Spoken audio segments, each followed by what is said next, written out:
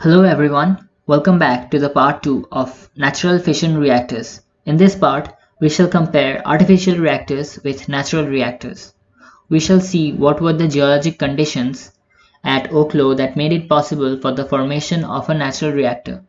We shall also see a short video on the working of the natural reactor. For comparison with natural reactors, the basic components of an artificial nuclear reactor are as follows. Fuel. Uranium is a basic fuel. Usually pellets of uranium oxide (UO2) are arranged in tubes to form fuel rods. Moderator. A material in the core which slows down the neutrons released from fission so that they can cause more fission. It is usually water, but may be heavy water or graphite. Control rods. These are made from neutron-absorbing materials such as cadmium, hafnium, or boron, and are inserted or withdrawn from the core to control the rate of reaction or to halt it. Heat transfer system. To transfer heat energy generated in the core via coolant to drive a steam generator. Since the discovery of the Gabon natural nuclear reactors in 1972, scientists have been puzzled over why these reactors developed in Gabon 2 billion years ago and seemingly have developed in no other place or time on Earth. Scientists are still working to understand the Gabon reactors, but over the past 40 years they have managed to decipher some of the details of how these nuclear reactors operated and were preserved in geological record. Thus, 2 billion years ago in Gabon, two of the four conditions for the development of a natural nuclear fission reactor were met. There were significant concentrations of uranium, and this uranium still contained a significant amount of highly fissionable uranium-235. The other two conditions were also met. Water was able to percolate into the permeable sandstone containing the uranium deposits, and this water acted as the neutron moderator. There were also no significant quantities of neutron-absorbing elements to inhibit the self-sustaining fission reaction. All of this provided the perfect recipe for a natural nuclear fission reactor to form.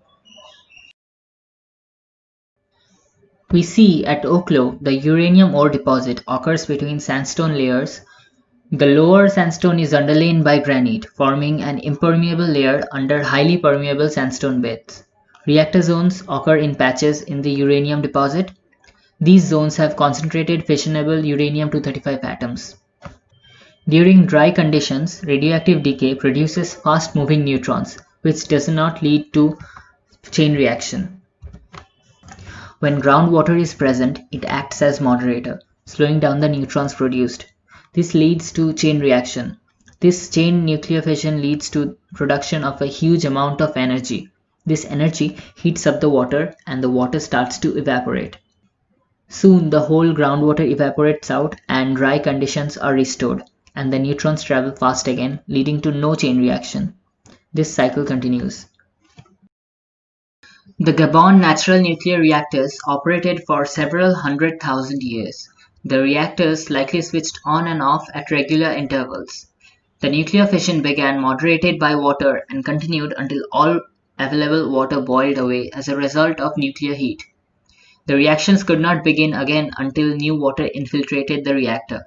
This on and off behavior of the reactors probably operated over a timescale of a few hours, analogous to the way in which geysers erupt periodically as a result of groundwater recharge. Possibly because of this periodic on and off behavior, the Gabon natural nuclear reactors were extremely stable. There was not a single meltdown. The reactors operated in a stable fashion for up to 1 million years. Eventually, the fissionable uranium-235 was depleted and the Gabon natural nuclear reactor shut down.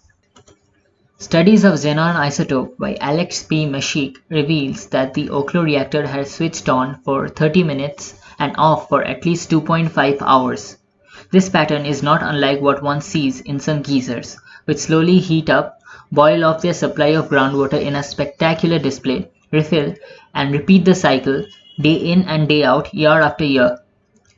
This similarity supports the notion not only the groundwater passing through the Oklo deposit was a neutron moderator, but also that its boiling away at times accounted for the self-regulation that protected these natural reactors from destruction. In this regard, it was extremely effective, allowing not a single meltdown or explosion during hundreds of thousands of years of its operation. Engineers working in the nuclear power industry could learn a thing or two from Oklo. The more important lessons may be about how to handle nuclear waste. Oklo, after all, serves as a good analog for a long-term geologic repository, which is why scientists have examined in great detail how the various products of fission have migrated away from these natural reactors over time. They have also scrutinized a similar zone of ancient nuclear fission found in exploratory boreholes drilled at a site called Bangombe, located some 35 kilometers away. The Bangombe reactor is of special interest because it was more shallowly buried than those unearthed at Oklo and Oklobondo mines, and thus has had more water moving through it in recent times. The observation boosts confidence that many kind of dangerous nuclear wastes can be successfully sequestered underground. Oklo also demonstrates a way to store some forms of nuclear waste that were once thought to be almost impossible to prevent from contaminating the environment. Since the advent of nuclear power generation, huge amounts of radioactive xenon-135, krypton-85, and other inert gases that nuclear plants generate have been released into the atmosphere.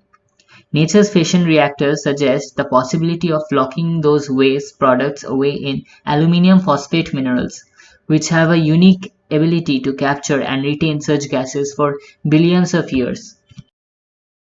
The Oklo reactors may also teach scientists about possible shifts in what was formerly thought to be a fundamental physical constant, the fine structure constant alpha, which controls universal quantities such as the speed of light. You can follow these references for more in-depth studies. With that, I would like to end this video with a thank you.